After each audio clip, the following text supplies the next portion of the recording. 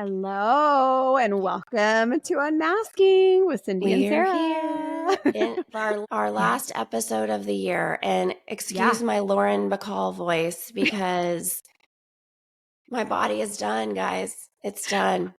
We're dead. We're We are. actually not alive for this We episode. are. My body is given up. This is it. So if you enjoy this kind of voice, you are going to love the episode. That's right. And we have a special guest today. We do. If you're watching this instead of listening, just solely listening. And Snoop has made an appearance. Snoop on the Stoop. I held Love true to him. my promise. I brought him back for today, and he's been really jolly in my house. I don't know about your Snoop, I just Sarah. saw this. How's he doing? How's your Snoop doing? Mine's good. Mine's good, guys. We were joking earlier because I showed my child Pee-wee's Playhouse. I had some tape, and so I used the tape to tape my face like Pee-wee Herman, and I just saw it on my neck. We're a little unhinged today, folks. I mean, it is the last episode of 2024, so just bear with us, but I think it's going to be a really fun one. We are titling today The Crappy, the Happy, and what we're looking forward to in 2025. So I'll go ahead and just get us started. How about that? What was the crappy? Oh gosh. So the crappy. I feel like, if I'm being totally transparent, I feel like all that I've been doing is just talking about the hard stuff this year because it's been so consuming. And so I'm ready to not put it to bed, but like just kind of just be done with it. I'm just like be done talking about it. But I look back and I'm like, geez, do you call death crappy? I would call it crappy. It's hard on the living. It's hard on the living for sure. Yes, you said it best.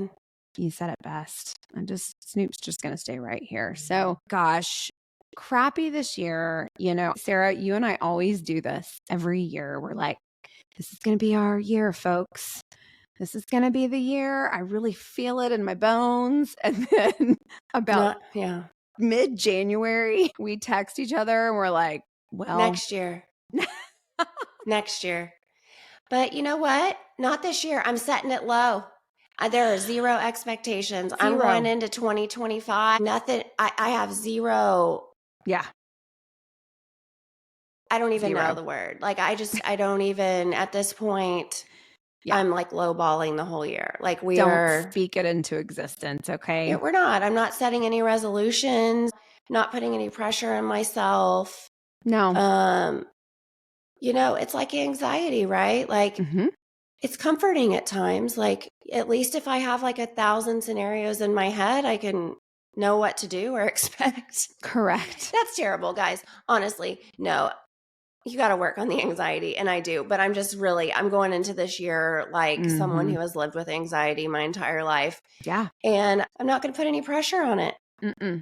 Not an ounce. Not an ounce. To go back to the crappy and kind of the timeline of things and how they rolled out this year, I would have to do a recount of events because they're so scrambled in my brain that I really think my crappy began in February. Oh, it did. I can tell you that it did. Yeah. Mine too. Yours too? Mm-hmm. Yeah. You remember my February. Oh, I do remember your February. Yes. That was a crappy February. Yeah, it sure was. So it just kind of caught me so off guard. Yeah, my granddad, he had a stroke in February and I went down to Houston. I bailed him out because he's always trying to make a clean break from the hospital so he can get back home to his house that he really had no business living in at 99 independently anymore. So that was really crappy to kind of feel powerless in that situation. Fast forward, my childhood best friend's spouse passed unexpectedly. That was crappy. Then my mom got sick and passed pretty quickly. That was super crappy. Granddad moved out of my childhood home. That was really crappy. So just like a lot of like really big crappy. And I don't know if crappy is maybe the right word for it. I guess. I don't know. But It's yeah. just a lot. I mean, that was a whole lot happening. And I think now you're just processing it, but you're still also in the middle of a lot of things. Because when you lose a family member, there's a lot of affairs to get in order. Yes. And so that takes time too. So it's a constant reminder of just everything you've been through. Mm-hmm. Yeah. It's really strange, you know? Yeah. I mean, just these strange full circle moments where you're like, how did this happen? What conversations should we have been having? My family's like super weird and private about dying, death wishes, money, how to handle things. Like it's always been a weird topic in my family. We did not have a healthy dialogue about it. And so my sister and I were really thrown for a loop. And if anything, it made me realize how important it is to like get everything in order and to normalize these conversations with your kids like early on.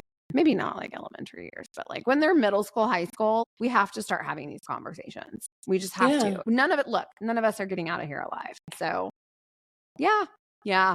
So that was real crappy. That was a lot. Yeah. Sucked. I know. It really sucked. And it's still hard. It's still hard. Yeah, it is. I wish I could say it was over, but like, yeah, it just kind of lingers. Mm-hmm. Just little crappy moments here and there. I know. Yeah. What about for you, Sarah? My crappy? Mm-hmm. You know, it's funny. February was rough for me. Mm-hmm. I had a breast cancer scare. So I had to go in for, I had cancer when I was 24 and I was at MD Anderson in Houston. So that was just kind of scary again to think. And my aunt had breast cancer. So it runs in my family. And, I just knew going into this, getting a mammogram and all that, I just had a feeling, and then I went in for the ultrasound and then they needed to do a biopsy, but luckily I'm okay, but I just get checked more. But that was really like scary as a mom because for me, I just like worry like for my child. And I mean, we've just had our grief series and like, she's so little and I want to be able to like see her grow up and like, I didn't realize how many kids lose parents. Now younger people are getting cancer more and more. So that was like really like kind of started the year out kind of hard for me. And then figuring out where Olivia was going to be in school and how that was going to work for her. She did a program this summer that was really intense and that was really difficult for me. But it actually worked out to be great. I don't know. I mean, I'm just health-wise, I feel like I've just been sick a lot. And so that's been hard. I'm stressed a lot. I have a husband who travels. Same. So I'm I'm just like doing it on my own, seeing clients, all that stuff that we all have. I mean, we all have that stress and all that. I mean, I didn't have loss like you did. And that's a different kind of stress in itself. But I think it's also just like getting older and now having to deal with things that I never thought about. Yeah.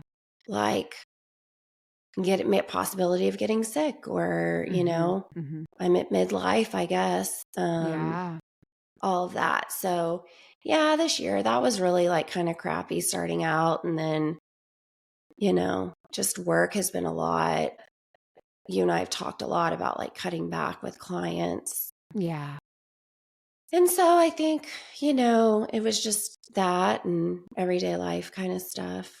I don't know. Am I leaving stuff out? I mean, I know I'm leaving some stuff out, guys. Some stuff is not for the pod. Cindy knows it, but it's not for the pod. Some of my crappy will stay in a vault with a key. That's in a little vault that only a very select few know.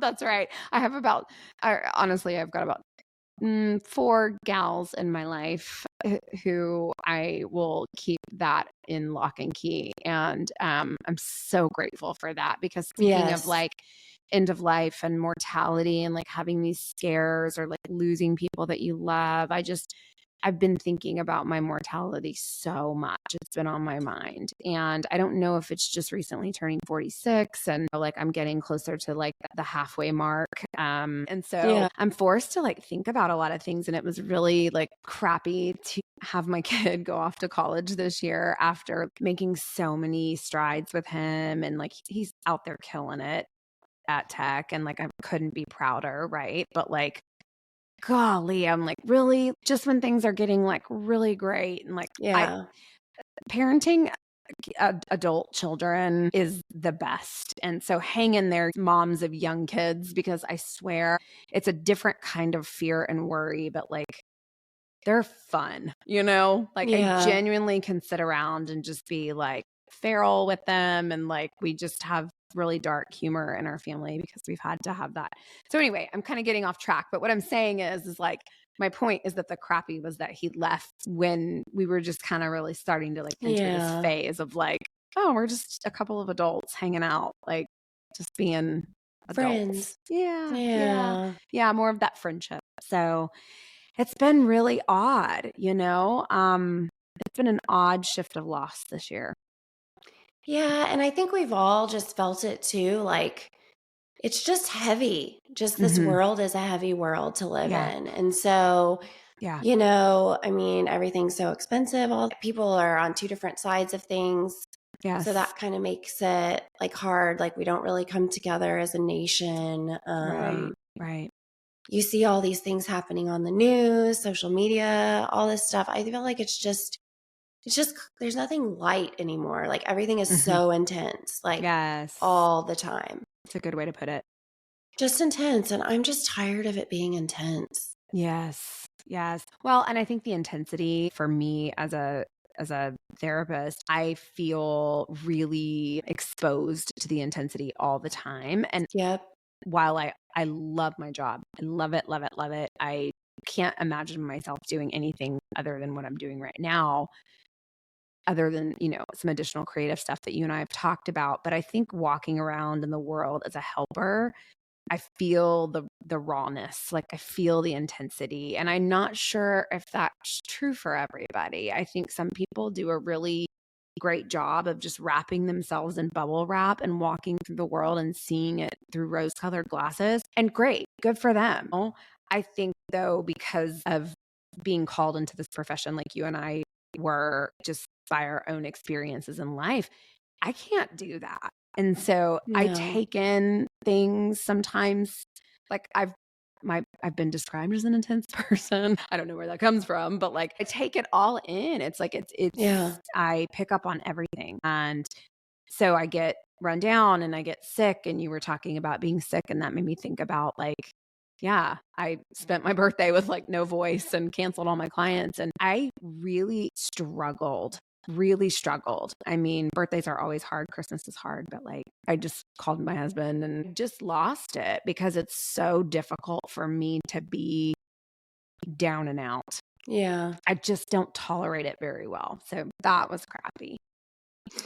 Yeah, and it's hard when you carry all that all the time. You're intense.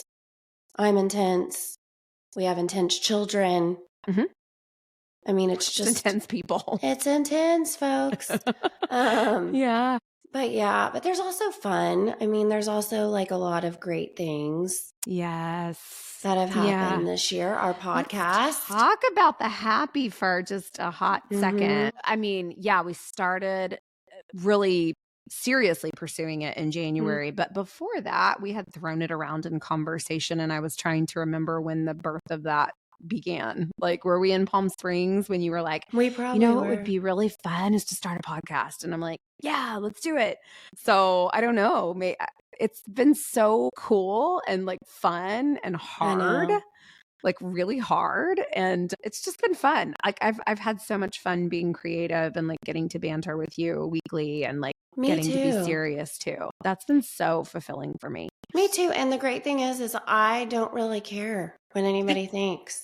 I care zero. I don't really care. No. I think that's been healing too for the two of us to be able to do this, to where we're like, guess what? If you want to listen and you want to take away something, fabulous. if you don't, there's a million other things that you can be listening to and doing. And guess what? We don't care. So that's kind of liberating. That's been really a happy moment for me, is to feel like I can just be myself. 1000%. And have Snoop Dogg join us. I mean, I'm holding him in my left hand, y'all. I'm not letting him go. I was like, I should contemplate like taking him out of the picture, but I just kind of can't. Like, he's just such a presence. We have one over here that came to be friends with Olivia's elf, Sweetie Belle, and she named him Cool. I was like, well, his name's Snoop Dogg. And she was like, but he's cool. I'm going to call him Cool. And I was like, well, he is pretty cool. I mean, so she's like, why do I have two? And I was like, well, they're just really checking. They're sending them out. They heard about you. They're coming to check, see what's going on over here. Oh my gosh. I love it so much. I'm like, I don't know if I'm like traumatizing my child or not, but my mom was like this. And I think, it turned out all right. I love it. Speaking of happy, I guess it goes back to the parenting thing, like just being able to kind of relax and embrace your kids a little bit more for who they are. And just the more you unmask, the more they're allowed to unmask. And so that feels freeing as well. And yeah, they absolutely get on my nerves still. I love them so much, but I swear to God, I walked into the kitchen at 3:30 this morning to grab myself a snack because I just woke up to pee. And my son, my 19-year-old man son, who's put on about 15 pounds his freshman year of like muscle, so he's like this ginormous kid that I don't recognize anymore, is in the kitchen like making a steak at 3:45 in the a.m. And I was like, really? And he's like, well, like I was hungry and I needed to get my third meal, because everything's about the 3 meals and the protein and all that now because we're obsessed with this. And that kind of stuff annoys the crap out of me. But that at the end of the day, I'm like happy that he felt comfortable enough to be in the kitchen sauteing a steak. Whatever. Could you imagine being like, man, I miss those days of being up at 3:45 in the morning. You know what I mean? Your body was going to recover. You could still be fine. I mean, granted, I wasn't like counting macros and stuff. I was like, I was coming home from a night out. But like, could you imagine like the energy? Like literally, our youth is just wasted. Oh, youth is wasted. Because like if we knew what we knew now then. I know. Man. I know. But how good, like having he's having a good time. Living his best Why life. not? Live your best life. Make the steak. It's going to go up in price here pretty soon, so make it. That's right. I mean, make the steak. Make the steak. Enjoy. Yes. But yes, it is cool to see like the unmasking of your family and just kind of like letting yourself be. Mm-hmm.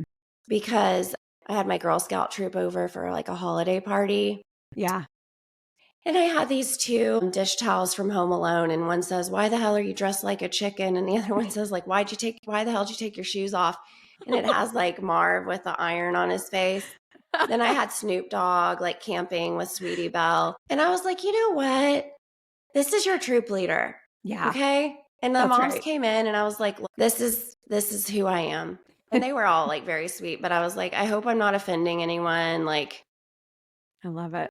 This is my house. I even bought a doormat that says, "Leave it on the doorstep and get the hell out of here." From Home Alone. It has like Christmas lights and it's like, "Leave it on the doorstep and get the hell out of here." It's like, if that's not the most perfect doormat, I don't know what is. It's a great one. It's a great one. But yeah, no, some of the happiest things this year came from just being really honest about who I am and who my family is, and like just unapologetically us. And I think that you don't really come to that conclusion until you have something that really just kind of shakes you to your core and really just kind of like almost kind of wakes you up to like nobody cares. Nobody cares. Nobody cares. Nobody's thinking about you as much as you think they're thinking about you. And like, if they're thinking about you, then who cares anyway? You know what I mean? Then they need to be on an episode of Dateline, because no one, honestly, I tell my little clients that because, everybody's so egocentric, and yes, they grow out of it. But at the Yeah. end of the day, no one's worrying about the stuff like who you said something to in third grade. Like No. nobody cares. Nobody It's your cares. brain playing tricks on you. That's right. It Such an really is. anxiety But thing. yeah, I think too, you're just as, you're as sick as your secrets. And Yeah. if you can own like your story and you find your people who understand that, Mhm. and really people are good at heart. Like Yeah. people want to be there for people. People are accepting because we all have stuff at the end of the day. And Yeah. I think it's actually liberating for people to see other people being so authentic and who they are and what their story is, that it then allows them to do that. And by like verbalizing it, you're allowing yourself to be free. You're allowing yourself Mhm. to speak your truth, to own who you are, and to not feel shame and to free yourself from that. So I think that Yeah. that's what's been nice, is having Yeah. different people come on and Mhm. then sharing our own stories, having my mom come share, Oh, love which, that conversation. your son, like everybody, it's just nice to have a place to, just feel like you can be yourself. And Yeah. that's been nice. Yes. Yes. And then seeing my daughter, like a happy thing for me is seeing her, like today was her last day of kinder. We never got a red. Red is bad. And we never got a Oh, red. She even got a yes. pink, which is the best. And those are very rare. She did get a pink a couple weeks ago, but like Oh, night and that's day good. from last year. And it's just amazing how much a school and a teacher can make it or break it for a child. So Yeah, absolutely. um, that has Absolutely. been a real happy thing for us over here, is just seeing her, even though like we still have struggles, just seeing her thrive and seeing her have support that, is helpful and not Yes. something that's going to be making her feel bad or not seeing her for who she really is. So that's been Yeah. really happy. Oh, I love that. I've loved watching her and like hearing updates from you about like all the successes. And I think that that's so important because, like, especially at her age, because having this like positive experience, her first formal year of school, and then just building on it and building on it.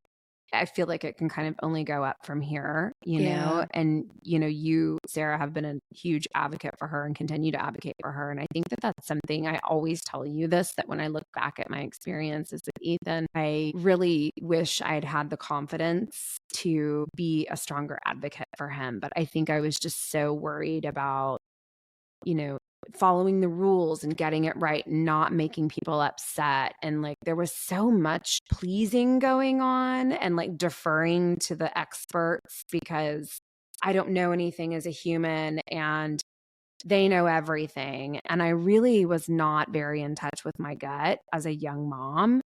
I don't carry a lot of shame about that anymore because I've done a lot of my own work and therapy about that. But yet seeing him kind of just now turn the corner and really start to catch his stride and feel really good and positive about his academics, it's wonderful to see. He's 19 and this is the first time that he's really felt like ownership over his school work and Yeah. being connected with his professors and getting involved at tech. And he made the freaking dean's list. Hello. Like, I love it. just so, and to feel proud of himself, and I think so many of those early experiences in school were just not moments where he felt really good about himself. And he shared that school has been kind of a painful place for him throughout his formative years. And so I think that's just amazing for Olivia to start having positive experiences. And again, like I said, you being such a strong advocate for her Well, has been thank really cool to you. watch. Yeah. Oh, thanks. I feel like I'm like in treading water in the deep end a lot, but We you are. know, I'm a mama bear, and Yeah. I do get that from my mom, man. I will Hmm. protect that little girl till the end of time and fight for her. Yeah. And I think I've been lucky and fortunate that I was a child therapist going into it, because I was Yeah. able to see a lot of things with her that I don't know, if I hadn't been in this profession, that I would be aware of. Sure. But also with that knowledge, I felt very alone, because Hmm. she was very young when I was recognizing it. Everybody's always like, well, just give it time, or let's just do this. Let's just do, like right now, there's some issues with reading, and I have my gut instincts, what I think is going on, but they don't do testing until they're in, I think, like later first or second grade. Yeah. For certain things. So I'm getting a reading coach. Yeah. I'm just going to do it. Yeah. I don't care. Yeah. I don't care. I'm just No. getting all the things to help her with that and get her started with that. But yeah, I mean, it's just hard. I mean, you've been fighting for Ethan since I've known you, Cindy. I mean, he was in third grade. And I think the difference is now is that there's just more knowledge too with social media and connecting people. And back then there wasn't. Right. And so it felt very isolating too. And now there's like whole pages where moms can go for support and neurodiverse kids and yes. and such a great not point. feel so alone. But it's, when you had him, it was still very, I mean, it still is now. There can still be certain people who need to get with it, but yeah, they're probably not, they live in their little bubble and that's just where they're going to stay. And that's fine. Stay in it. Sure. Stay in it. Just don't come into my bubble. No, but yeah, it's, there have been some good things. Yeah. This year, vacations, always fun. Yes. What was your favorite happy vacay this year? Well, we didn't get to do Disney this year, so that was crappy, folks. But we're going to do it next year again because I told Josh, I was like, I have to do it again. But I think this year we went to Marco Island in June, and that was really fun. We went to like Naples, and then we rode on what are those boats? Those airboats or whatever. Yeah. And that was so cool, especially for Liv and Josh because they're, adrenaline junkies, and she was screaming and like they loved it. They didn't even wear the headphones. Most people have those on their kids. Yes. My child was like, it's hurting. I don't want it on my ears, and just like living her life. And I was like, oh my gosh, I'm going to end up like my husband's going to retire down here and he's like going to have some swamp business and I'm going to like live down here. And he's going to have like, I love it. Vought skater boats or something. I don't know, but it was fun. It was super fun. Like we got to hold little alligators and Vought skater. I mean, couldn't you see Josh? Just like, I mean, absolutely. We'd never find him. He would be like hunter. He would. He would totally do it. I saw the happiness and the gleam in his eye being on that, and I was like, oh man, if you had been down here in your 20s, that would have been a reality show. Dopamine rush. Oh, all the things for some Josh Bot. Anyway. We do not have chill vacations either in the Payne family. I don't know if that shocks you or not, but we can't just our family can't just go to the beach and sit on the beach. Okay. No. Like we would probably kill one another or like something really bad would happen. Like, cause we just can't do chill for more than about, an hour. That's pushing it. So we took a family trip to Nicaragua this summer and there's always something that goes sideways on the trip, right? And oh, yes. I love this. This is the best. Yeah. We had a full day. We did volcano boarding. It was this like crazy adventurous. We always have to do some sort of thrill seeking situation. Yeah. Of course, me being the only female in the family, I'm like strapped in for dear life, going down the side of this volcano ash. It's in a suit, in a moon suit. Okay. So if that's not bad enough, we get out to this like little island lake thing. And I'm like, finally some peace and quiet. And I can sit in this chair and my kids can just swim and try to pick up on girls. And that's fantastic. And don't you know that they took off in a kayak, two of them, the oldest, Ethan and Mason, one of the twins. And Mason's like the super rule follower, super cautious kid. But like he just kind of threw caution to the wind and just went off with Ethan. And I was like, don't go too far, because this is Lake Nicaragua. Don't go past the reef, Moana's dad would say. Exactly. So, yeah. So don't be long story short, the storm breaks out and it is like it completely goes all fog and we lose vision of the kayak. And I'm getting antsy and I'm just like, I'm pacing like a freaking jaguar. I mean, just back and forth and back and forth. An hour goes by and those boys have not returned. And so in my mind, I'm like, going to go ahead and plan for their funeral. We're going to have to like have their bodies flown back. This is like, I have already done all the things. It's crazy where my brain went. And I'm panicking and I look over and Eric is panicking and Eric Payne does not panic. And so I knew when he panicked that it meant something bad.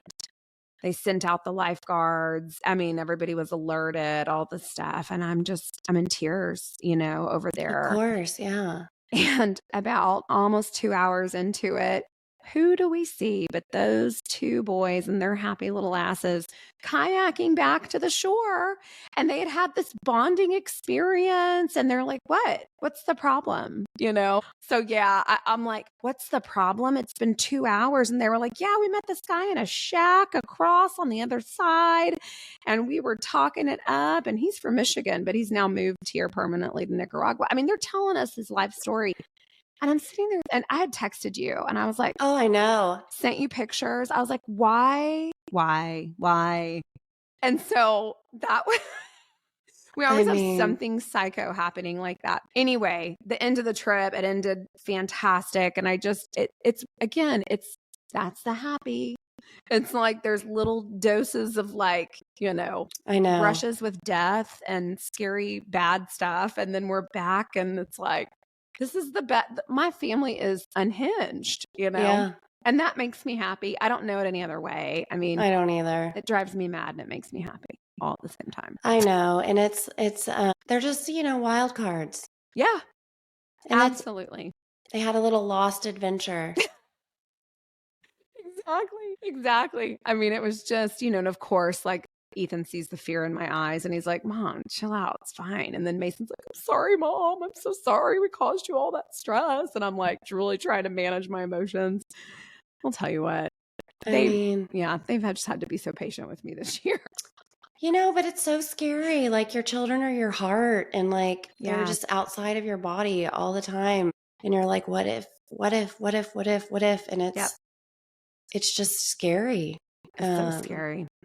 And being in a kayak in the middle of a storm. In Central America when you don't speak the language. In Central America when you don't speak the language. And yes, for Eric to be freaking out, I would be freaking out. Because Eric is always like the most calm, chill, human. Almost dissociated. So for Eric to be like upset, I would be like, oh my God, like we really are like getting a helicopter. That's it. Yeah. We're done.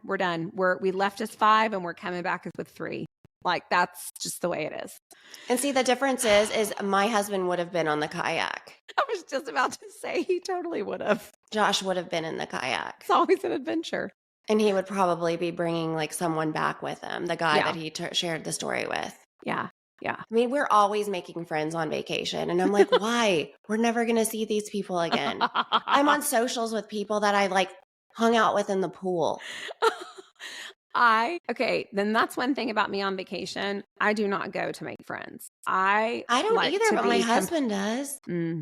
Yeah. Eric Payne does too. I really like to be off the grid. And the whole point of me going on the vacation is to not run into anybody that I know. So why would I want to be making friends on vacation? Okay. And yeah, I'm a solo traveler. I really like to go off and like do my own little thing. I've learned that about myself over the last few years, that I really like to be like, I like to go and just do off the grid things by myself. And I don't know what that is, but it's because you get peace. Yeah, you get a little peace. You know what I mean? Yes. Like, you don't have to like, because every time like, and I love Josh. I love that he's outgoing. I have the most outgoing child. She's never met a stranger either.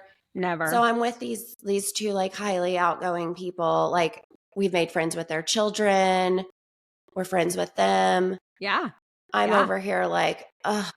I only know how to go deep in conversation, so this is going to get weird. This is going to get weird. One more happy. Oh, Chili, you did get her this year.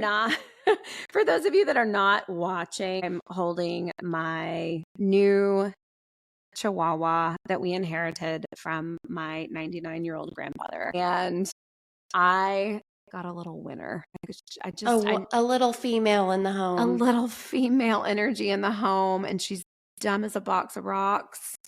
but I can dress her up in little coats and I can bring her out for walks. And she's kind of like the little dog I never knew I needed. You needed a little dog because I remember good old Tucker. I know. AKA Baby Jessica, I called him Baby Jessica because you had there was like a hole in your backyard. And he came walking out, waddling, and I was like, watch out, don't let it be Baby Jessica. And Eric just looked at me and I was like, you remember Baby Jessica, right? Oh my God. Girl that got stuck in that hole in the 80s.